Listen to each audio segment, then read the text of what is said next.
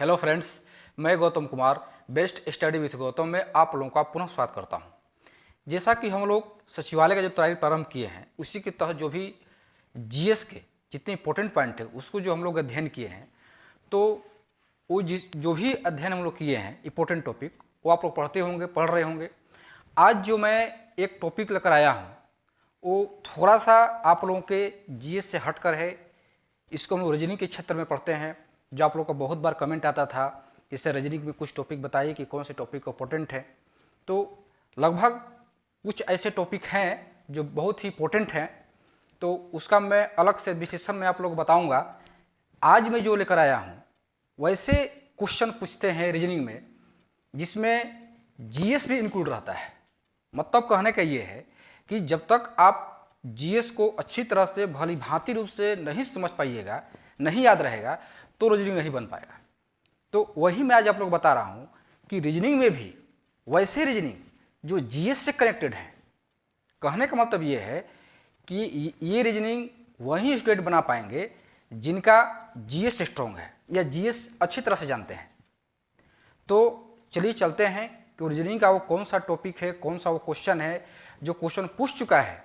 पिछला सीजीएल में क्वेश्चन ये पूछा हुआ है, सेकेंड सीजीएल में या इंटर लेवल बीएसएससी में या सेंट्रल सीजीएल में क्वेश्चन इस तरह से पूछे गए हैं।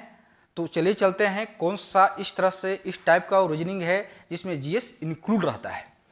तो देखिए, पहला जो क्वेश्चन है ये दिया हुआ है, पूछा है क्वेश्चन बीएसएससी सीजीएल 2 में 2015 में, और यही क्वेश्चन पूछा है एसएससी टायर 1 में 2014 में।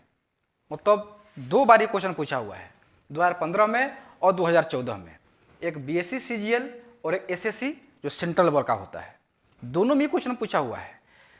कहीं ना कहीं क्वेश्चन रीजनिंग का जो आ रहा है उस सेंट्रल एसएससी में हो या रेलवे में हो, कहीं ना कहीं वो क्वेश्चन पूछ चुका है। इसलिए मैं आप लोगों को कहता हूँ कि आप लोग क्वेश्चन बैंक है रीजनिंग का, मैथ का, उसको आप लोग हल कीजिए।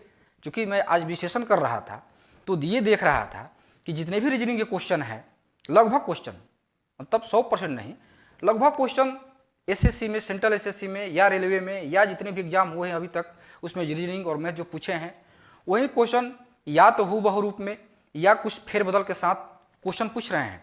अगर वो आप लोग कंप्लीट कर रहे हैं, उस तरह का रीजनिंग आप लोग बना रहे हैं, तो ये बीएसएससी का रीजनिंग आप लोग का आसान लगेगा। तो देखते हैं कि ये क्वेश्चन कैसे पूछा हुआ है। ये बायोलॉजी का एक जीएस का पॉइंट है, जीएस का क्वेश्चन है, और यही क्वेश्चन एसएससी में पूछा हुआ है।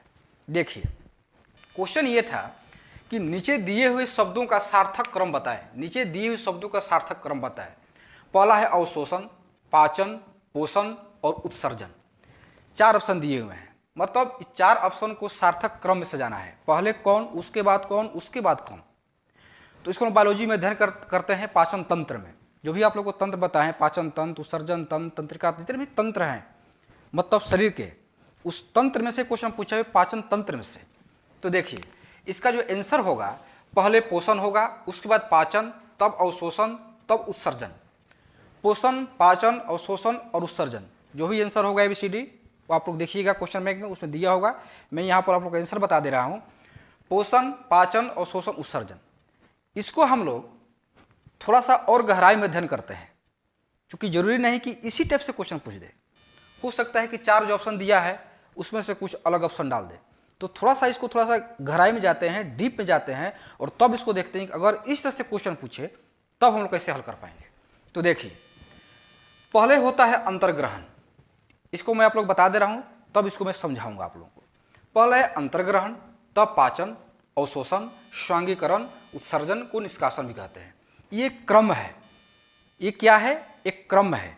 जो भी हम लोग भोजन करते हैं, थोड़ा सा कुछ समझ लेते हैं। जो भी हम लोग भोजन करते हैं, तो जो भोजन मुंह के द्वारा किया जाता है, मतलब एक मुंह माध्यम है भोजन अंदर जाने का, शरीर में अंदर जाने का एक मुंह एक माध्यम है।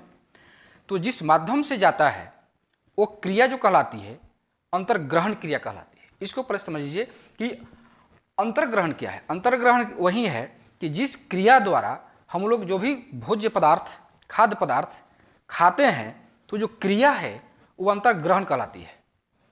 तो जो भी हम लोग खाते हैं एक प्रकार का पोषण ही है। तो अंतर्ग्रहण को यहाँ पोषण के रूप में भी हम लोग समझ सकते हैं कि जो भी हम लोग खाते हैं, चाहे कार्बोहाइड्रेट हो, प्रोटीन हो, वसा हो, कोई भी चीज़ हो, वो एक प्रकार का पोषण है। तो जिस क्रिया द्वारा हम लोग भोजन करते हैं मुंह के अंदर जाता है तो क्रिया जो है अंतर्ग्रहण कहलाती है। तो जैसे ही अंतर्ग्रहण करते हैं उसके बाद पाचन स्टार्ट हो जाता है। तो अंतर्ग्रहण के बाद पाचन होगा या पोषण के बाद पाचन होगा। तो अंतर्ग्रहण के बाद पाचन हुआ, उसके बाद अवशोषण होता है।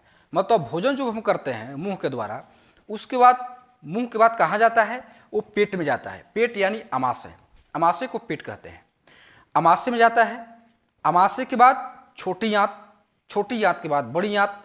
तो छोटी आंत बड़ी आंत में क्या होता है, अवशोषण होता है, और बड़ी आंत में ही स्वांगीकरण होता है। अवशोषण क्या है, स्वांगीकरण क्या है, ये एक जीएस की विषय है। आप लोग जीएस में इसको पढ़ते होंगे बायोलॉजी में। तो शोषण, स्वांगीकरण, पाचन, उत्सर्जन जो भी है आप लोग जीएस के थ्रू पढ़ते होंगे बायोलॉजी में। तो उतना डीप यहाँ नहीं जाना है, यहाँ रीजनिंग के ही थ्रू समझना है।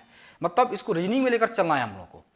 तो पाचन हुआ, उसके बाद अवशोषण हुआ छोटी आंत में, फिर बड़ी आंत में स्वांगीकरण हुआ, और लास्ट में क्या होता है, उत्सर्जन होता है। जो भी हम लोग खाद्य पदार्थ प्राप्त करते हैं, खाते हैं, तो उसका जो भी उसका उत्सर्जित तंत्र होता है उसके माध्यम से हम लोग को शरीर के द्वारा मल त्याग हो जाता है, मतलब उत्सर्जन हो जाता है। मतलब अंत में उत्सर्जन, शुरू में अंतर्ग्रहण या पोषण, उसके बाद पाचन, उसके बाद अवशोषण, तब स्वांगीकरण और तब उत्सर्जन या निष्कासन। ये क्रम है भोजन के पचने का, ये क्रम है। कैसे भोजन अंतर्ग्रहण से यानी पोषण से और निष्कासन की तरफ जो क्रिया होती है वो क्रिया को दर्शाता है। तो यहाँ पर देखिए ऑप्शन है, ऑप्शन के अनुसार आप लोग समझ गए होंगे। यहाँ पर स्वांगीकरण नहीं दिया, हो सकता है कि ऑप्शन में स्वांगीकरण दे दे, इसलिए मैं आप लोगों को पूरी क्रिया को मैं समझा दिया हूँ। अब इसी में होता है कि जो भोजन हम लोग करते हैं ये तो पाचन की क्रिया है। ये जो मैं अभी आप लोग बताया हूँ ये एक प्रकार की पाचन की क्रिया है कि कैसे भोजन पोषण से लेकर के उत्सर्जन तक जो भी क्रिया होता है वो एक क्रिया है। लेकिन अब हम लोग ये समझेंगे कि भोजन किस किस शरीर के तंत्र से होकर गुजरता है। जैसे पहला भोजन कहाँ जाता है, मुख में, यानी मुख गुहिका में जाता है, मुख में। उसके बाद ग्रसिका में जाता है, यानी गला से होते हुए पेट में जाता है, यानी अमाशय में जाता है। मतलब कहने का ये है कि भोजन किस किस तंत्र से होकर गुजरता है। तो उस तंत्र भी हम लोग देख लेते हैं, जो कि हो सके तो तंत्र भी पूछ दे। इसलिए पाचन क्रिया और तंत्र दोनों को लेकर चलना पड़ेगा। तो तंत्र देखिए, पहला जो हम भोजन करते हैं मुख में करते हैं, यानी मुख को मुख गुहिका भी कह सकते हैं। उसके बाद भोजन कहाँ जाता है, मुख के बाद ग्रसिका, ग्रसिका को ग्रास नली कहते हैं, यानी गर्दन में जो नली होती है जिसके द्वारा भोजन पेट में जाता है, अमाशय में जाता है, वो ग्रसिका है, यानी ग्रास नली। ग्रसिका को ग्रास नली कहते हैं। तो ग्रसिका में जाएगा, उसके बाद भोजन अमाशय यानी पेट में जाएगा। पेट के बाद अमाशय के बाद क्षुद्रांत, क्षुद्रांत को छोटी आंत कहते हैं, ये समझ लीजिएगा आप लोग। हिंदी का इस शब्द है क्षुद्रांत, यानी स्मॉल इंटेस्टाइन। क्षुद्रांत को छोटी आंत कहते हैं, बड़ी आंत को बृहद्रांत कहते हैं। तो छोटी आंत के बाद बृहद्रांत में जाएगा, और लास्ट में मलद्वार, यानी मलद्वार को गुदा कहते हैं। मलद्वार कहिए गुदा कहिए सेम बात है। तो गुदा द्वारा जो भी अवशिष्ट पदार्थ है शरीर का वो बाहर निकल जाता है। तो ये क्या है, इस शरीर के तंत्र के द्वारा जो भोजन जो जाता है वो इसका क्रम है। तो ये शरीर का तंत्र का क्रम हुआ और ये पाचन तंत्र का क्रम हुआ। ये पाचन कैसे कैसे पचता है ये क्रम, और शरीर का तंत्र का क्रम, ये दोनों आप लोग फैक्ट समझ गए होंगे। अगर इस टाइप से क्वेश्चन आए तो आप लोग इसको आसानी से हल कर पाएंगे। हमको उम्मीद है कि आप लोग इसको समझ गए होंगे। अब हम लोग चलते हैं अगला क्वेश्चन। इसी टाइप से क्वेश्चन पूछा हुआ है, मतलब इसी से संबंधित एक और क्वेश्चन है। ये क्वेश्चन पूछा है एसएससी 10+2 यानी CHSL 2017 में क्वेश्चन पूछा है। देखिए कैसे क्वेश्चन पूछा हुआ है। दिया है कि दिए गए विकल्पों में से सही विकल्प चुनिए जो अनुक्रम को पूरा करे। क्या है, मुंह, ग्रसिका यानी ग्रास नली, उसके बाद पेट, और उसके बाद क्या होगा, यानी मुंह, उसके बाद ग्रसिका, तब पेट, और पेट के बाद क्या। तो देखिए यहाँ पर क्या है, पेट, और पेट के बाद क्या है, क्षुद्रांत यानी छोटी आंत। तो देखिए यहाँ पर छोटी आंत है, इसको हम सही कर देंगे छोटी आंत। मतलब ये क्वेश्चन इस लाइन से पूछा हुआ है और ये इस लाइन से है। तो इसको हम थोरली अगर पढ़ लेंगे तो इस टाइप से अगर क्वेश्चन आए मानव शरीर तंत्र से संबंधित तो इसको हम लोग हल कर पाएंगे। तो ये क्वेश्चन इस टाइप का ही था, इसी से संबंधित था। अब हम लोग चलते हैं अगले क्वेश्चन की तरफ। ये जो क्वेश्चन है एक फिजिक्स में पढ़ना होता है जो लोग पैमाना पढ़ते हैं, स्केल पढ़ते हैं, फिजिक्स का फर्स्ट चैप्टर जो होता है उसी से संबंधित क्वेश्चन में पूछा हुआ है, रीजनिंग में क्वेश्चन पूछा हुआ है। तो देखते हैं कैसा क्वेश्चन पूछा है ये। देखिए क्वेश्चन ये है कि निम्नलिखित शब्दों का अर्थपूर्ण क्रम बताएं, मतलब टाइप यही है। ये क्वेश्चन पूछा हुआ है बीएसएससी इंटर लेवल का जो एग्जाम हुआ था 18 में, उसमें क्वेश्चन पूछा हुआ है, और एसएससी सीएचएल का जो एग्जाम हुआ था 2014 में 10+2 का, उसमें क्वेश्चन पूछा हुआ है। तो देखिए ये क्वेश्चन पूछा हुआ है अर्थपूर्ण शब्द बनाना है। जैसे ये हम लोग टाइप देखें वही टाइप का ये है। ऑप्शन है hectometre, centimetre, metre, decimetre, decametre. तो इसका आंसर ये है कि पहले होगा सेंटीमीटर, तब होगा डेसीमीटर, तब मीटर, डेकामीटर, हेक्टोमीटर। इसको हम लोग कैसे समझते हैं ग्राफ के तहत, इसको थोड़ा देखते हैं। इसको ऐसे याद कीजिएगा तो याद नहीं हो पाएगा, जब इसको ग्राफ में समझेंगे तो जल्दी से याद होगा इसको।